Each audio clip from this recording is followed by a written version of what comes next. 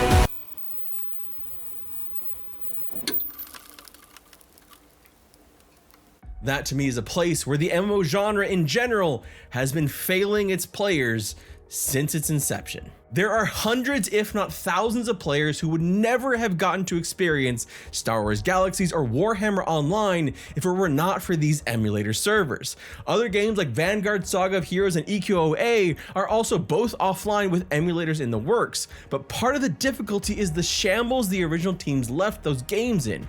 Warhammer Online's Return of Reckoning server, the only way to still play the game, almost didn't happen because of the quick shutoff. These servers are maintained more often than not by passionate fans, not by profit seekers, though the latter surely exists too, and that's certainly what's being alleged in the TurtleWow lawsuit. But once that switch turns off, I'm full steam ahead on the emulators. Profit seeking or not, I don't really care. I know in recent months a lot was made over the Stop Killing Games initiative, especially its impact on MMORPGs or live service games, and fears that companies simply wouldn't make those games if they had to maintain them. And I've sat with it and I'm kind of okay with that. If you as a developer are saying, I don't want to make this game because it's too much work in 3 years or 5 years, I don't think I want you making an MMO. MMOs in general are not short-term investments. They're not quick cash grabs to get a bunch of money up front and then abandon the game. They are worlds that are meant to be continuous and lived in. That is the whole purpose. Otherwise, you might as well just play lobby games or other games that offer similar things to MMOs that you don't have to do. So yeah, I'm fine if there's certain developers that don't want to take on that risk, just don't start making the game in the first place. If you can't build in something where you have an offline mode for that game that you can turn it into once you have to turn off the servers because it's costing too much money, or when it does shut down, perhaps have some kind of agreement or something where you're able to give out the code, give out the game so people can go and emulate it, make it go on and carry on once you're done with it as the developer, as the publisher. The preservation of these games is much more important to me than them continuing to be profitable. I don't give a shit if a game is profitable. I play the game. I don't care what the boardroom says. I have the luxury of not giving a shit because I don't have to balance the books. I think it's important for games to feel more like a purchase and not like a rental. And that includes these living and breathing worlds. And if that means that these living and breathing worlds have to then go into an emulator maintained by passionate fans, fine. I don't see a problem with that. And there's no greater example of that than Star Wars Galaxies, or Warhammer Online perhaps. But speaking specifically about Star Wars Galaxies, because I want to bring some attention to these quotes from Raph Koster. While not direct, there's an interesting quote from Raph Koster, who we'll hear from again in this video, referring to the closure of Metaplace and responding to an article from Ars Technica about game preservationists wanting a legal right to replicate abandoned servers in order to re-enable defunct online multiplayer games for study. Raph Koster said, quote, "Speaking as a designer, I'd rather my game be played for free than never be able to be played ever again. Much of my work is basically gone, and what survives is all altered. Preservation matters. There's more important shit than making money. Games are and always will be an art form. In fact, they're the art form that kind of combines pretty much everything. Everything from writing to animations to artwork. It's all there being pulled into one cohesive piece. And for many people, that's deeply personal. I cannot imagine the pain of working on something, putting your all into it for 5 to 10 years, and then seeing it shut down because the people that never even saw the game don't give a shit and they said it's not profitable anymore, bye. And like, you know, like last for like a year or 2 years. That's just gut wrenching to think of, that the work that you did is just gone. It's just gone. And from the player side of things, having those memories, those great memories that you had as a child or even as an adult, and not being able to revisit them. It's obviously not just part of the MMO space, it's widespread across gaming, but it's just one of those things where not being able to revisit the things that brought you joy kinda sucks.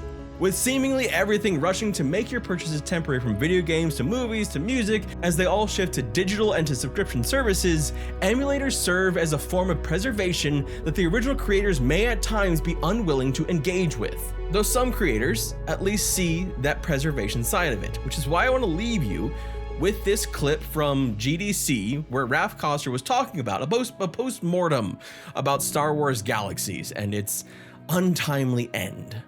So devoted and dedicated that they launched atmospheric flight, the ability to take off with your X-Wing from the ground and fly over the planets, and from there go out into orbit and into space, kind of the Star Citizen dream today. And they launched that even though the game was going to get shut down that month, because they just were that committed to delivering on the promise of what Star Wars Galaxies could be. And so they held this crazy giant party, and people from all over the industry logged in. Many of the game sites ran all-day live streams of the final days with all kinds of really weird stuff happening, like giant Ewok battles in the middle of Mos Eisley and whatever, as players just really cut loose and were given access to do whatever they wanted on the last final days. And so it was a big farewell, but it wasn't the end, because there was an afterlife. The fans also worked on keeping it alive. They started building emulators. And today there are dozens of Star Wars Galaxies emulators running. These projects have been running on a volunteer basis for years now. And fans are not just keeping it alive, they're extending it. Bespin just launched in Star Wars Galaxies emulators this month. And to this day, across these fan-run servers, there's still thousands of active users. If Galaxies were a title today running on Steam, it would have enough active users to be in the top 100 online games on Steam, even now, which is just a testament to the passion and dedication of that community.